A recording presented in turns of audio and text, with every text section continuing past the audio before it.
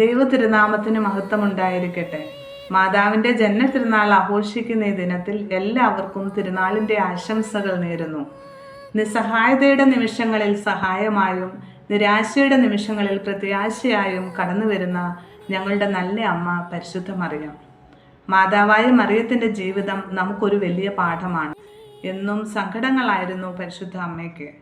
യേശുവിനെ പ്രസവിക്കുന്നതിന് മുമ്പും ശേഷവും സമൂഹത്തിൽ നിന്നുള്ള നിരസനം, അഭയം തേടി യാത്ര ചെയ്യേണ്ടി വന്ന കഠിന സാഹചര്യങ്ങൾ, ഒടുവിൽ തൻ്റെ പ്രിയപുത്രനെ ക്രൂശിക്കപ്പെട്ട നിലയിൽ കാണേണ്ടി വന്ന വേദന, ഇവയെല്ലാം മറിയം അനുഭവിച്ചു. പരിശുദ്ധ അമ്മയുടെ ജന്മതിരുനാൾ ആഘോഷിക്കുന്ന ഈ സമയത്ത് അമ്മയുടെ അനുഭവത്തിലൂടെ പലപ്പോഴും കടന്നു പോകുന്നവരാണ് നമ്മളിൽ പലരും.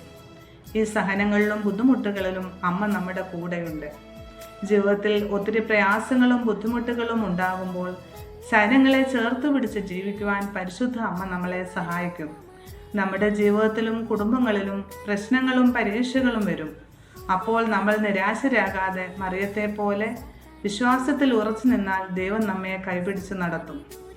കുടുംബം ഒരുമിച്ച് പ്രാർത്ഥനയിൽ ഉറച്ചു നിന്നാൽ എല്ലാ കഷ്ടപ്പാടുകളും അതിജീവിക്കാം. അതിനാൽ മറിയത്തിൻ്റെ ജീവിതം നമ്മോട് പറയുന്നത് വിശ്വാസം ഒരിക്കലും നഷ്ടപ്പെടുത്തരുത്. കുടുംബം ഒരുമിച്ച് നിന്നാൽ ഏത് കഷ്ടപ്പാടിനെയും ജയിക്കാം എന്നതാണ്. അതിനുള്ള ശക്തി ലഭിക്കുവാനായി അമ്മയുടെ മാധ്യസ്ഥം അപേക്ഷിച്ച് പ്രാർത്ഥിക്കുന്നു.